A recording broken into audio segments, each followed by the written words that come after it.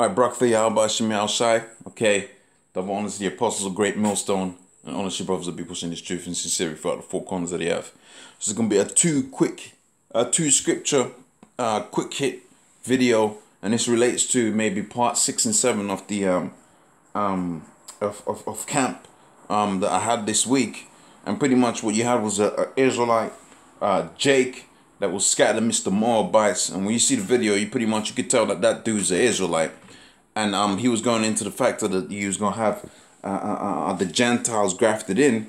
And when you go into the historical understanding and the different things associated with the scriptures and how the Most High was going to bring back the whole entirety of the 12 tribes, pretty much you find out what was being grafted in, okay, was of the same vine, it was of the same root, it was the same people.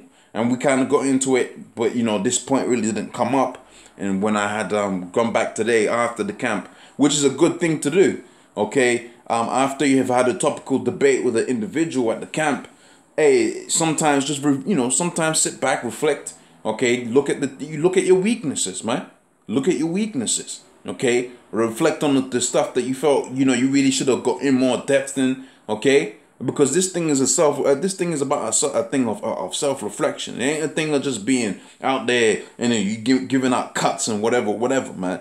Okay, because even in a so-called cut session, there's gonna be stuff in there that you're gonna be weak at, and that's the stuff you really want to build up. Okay, this is a thing of our whole body. Okay, you might think you're on point, but really, if you sit down, there's stuff that you could work on, and this is definitely something that I could boost my game up on, because a lot of these scriptures, you come in, you forget about some of these scriptures, and you forget about how important they are. Okay, this thing is built off of the basics of scriptures. The scriptures talk about the simplicity that is in your house, and this is one of those simple scriptures that destroys that whole Gentiles or heathens. Okay, that completely destroys that.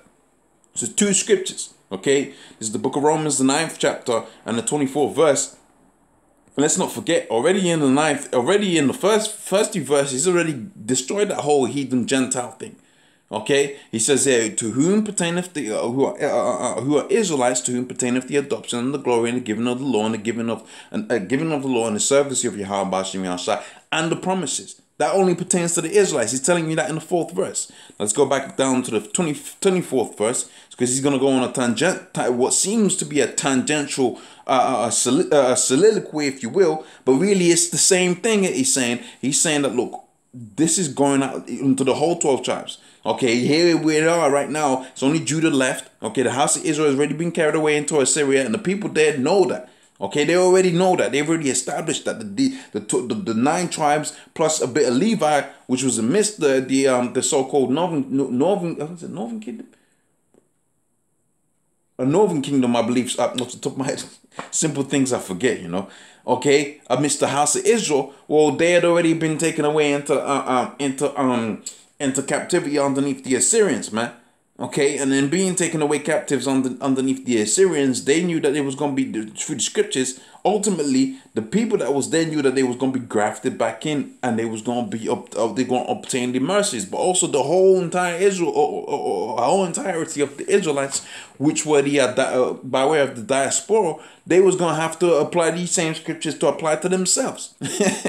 That's the gravity of it. Okay, here it is. You had Jakes out there, the Pharisees, the Sadducees, all of these different sects that was coming up against Paul and saying Gentiles can't come in. Well, now they're Gentiles.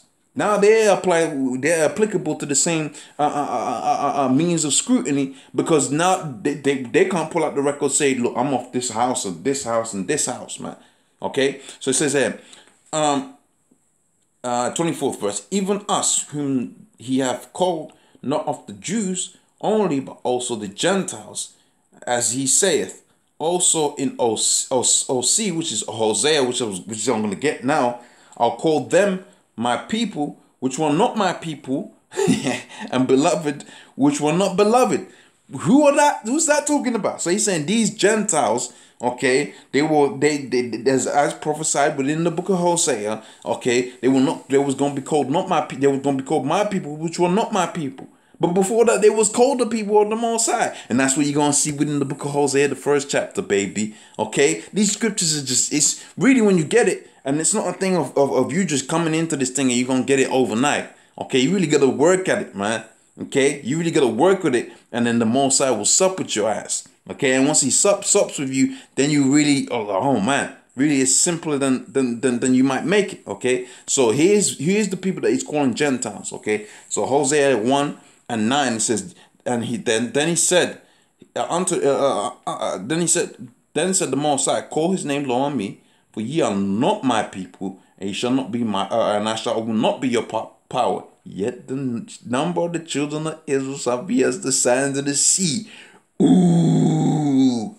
Okay? So that people that is talking about within the book of Romans, the 9th chapter, which were not my people, which were not the people of the Most High, were really the people of the Most High from the time of the covenant within Egypt, was disregarded for the iniquity that he was committing and following Baal. Okay, setting up temples. You read about Jezebel and how pretty much Jezebel had it to where the whole entirety of the house of Israel were underneath the vibration of the Canaanites, because she was a Canaanite herself. Okay, and they was following those different customs. See, Ahab thought it was going to be good and economically beneficial for the city, of which he was kind of right, to make up a marriage with Jezebel.